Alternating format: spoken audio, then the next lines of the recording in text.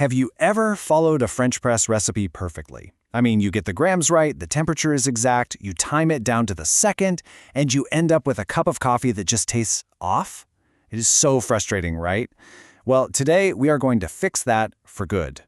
See, the problem isn't you, and it's probably not even the recipe. It's that most recipes just tell you what to do. They don't teach you why you're doing it. So this explainer, we're going to focus on the why, so you can stop guessing and finally start brewing with some real confidence. Look, recipes are great for instructions, but if your coffee tastes sour, or maybe it's super bitter, the recipe can't tell you how to fix it, can it? That's because it's missing the most important piece of the puzzle, understanding the system that's actually working behind all those steps.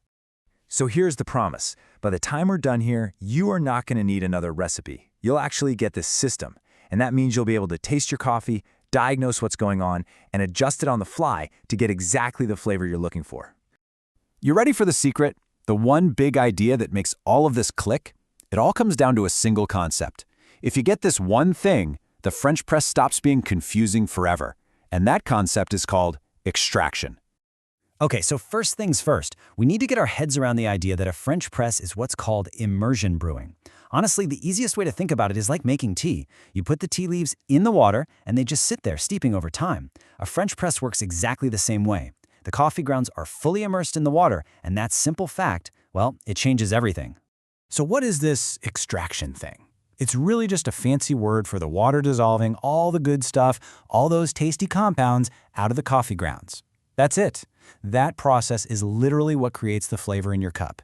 It's not magic, it's just a little bit of chemistry. Now here's where it gets interesting. I want you to stop thinking about taste as just good or bad. Think of it as a spectrum. If you don't extract enough flavor, your coffee is going to taste sour, kind of thin and hollow. But if you go too far and extract too much, that's when it gets bitter, harsh, and even a little dry. So yeah, the goal is balance. We're looking for that perfect sweet spot right in the middle of the spectrum where the coffee is rich, smooth, and just deeply satisfying. And the beautiful thing about a French press is that it gives you direct control over landing right there in that sweet spot every single time.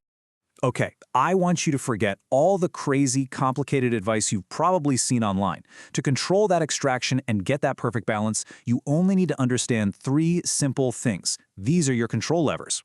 Here they are: grind size, time, and water temperature. That's it. That's the whole game. I can almost guarantee that if your coffee doesn't taste right, the problem is with one of these 3 levers. So let's break them down one by one. All right, your first and maybe most important lever is grind size. And this isn't just some arbitrary rule you have to follow, it's basic physics. Grind size is all about controlling the surface area, how much of the actual coffee bean is exposed to the water.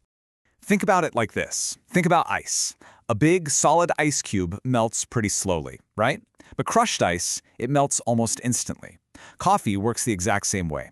A coarse grind is like that big ice cube. It extracts flavor slowly. And a fine grind is like that crushed ice. It gives up its flavor super fast. Since the French press is a long soak, we want that slower extraction, and that's why we always use a coarse grind. Let's move on to our second lever, time. This one is pretty simple, right? It's just how long you let the water and the coffee hang out together. It's the window you open for extraction to happen. I love this quote because it really gets to the heart of immersion brewing. A shorter time means less extraction, which gets you that sour coffee. A longer time means more extraction, and that's where bitterness comes from. That standard 4 to 5 minute brew time you always see in recipes, it exists for a reason. It's usually the perfect amount of time for a coarse grind to hit that balanced sweet spot. And finally, our third lever is water temperature. The easiest way to think about this one is as the speed dial for the whole extraction process. It basically controls how fast or how slow everything happens. Here's another dead simple analogy for you. Try dissolving sugar in ice water. It takes forever, but in hot water, it happens almost instantly. Well, coffee extraction works the same way. We use water that's just off the boil because it's hot enough to extract all those flavors efficiently, but not so scorching hot that it just rips out all the bitter compounds right away. Okay, so we've covered our 3 levers: grind, time, and temperature. Now we have to talk about the single biggest misunderstanding when it comes to the French press, and it has to do with the most famous part of the whole thing, the plunge. I mean, we call it a French press, so it's only natural to think that the pressing is the main event, right? It totally seems like pushing that plunger down is what's making the coffee, but that's actually not what's happening at all. If you remember one thing, remember this. The extraction, the part where all the flavor is created, has already happened before you even touch the plunger. The plunger's only job is to act as a filter. It's just there to separate the coffee grounds from the delicious coffee you just finished brewing. So don't think of it like you're pressing juice from an orange where you're trying to squeeze something out. A much better way to think of it is like you're straining vegetables out of a soup. You do it gently. If you press too hard and fast, all you're doing is forcing tiny little coffee particles through the filter, which is what makes your final cup muddy and bitter. All right, we've learned the principles. We understand extraction, we have our 3 levers, and we know the real purpose of the plunge. So now, let's put it all together and see how this completely changes the way we look at a simple recipe.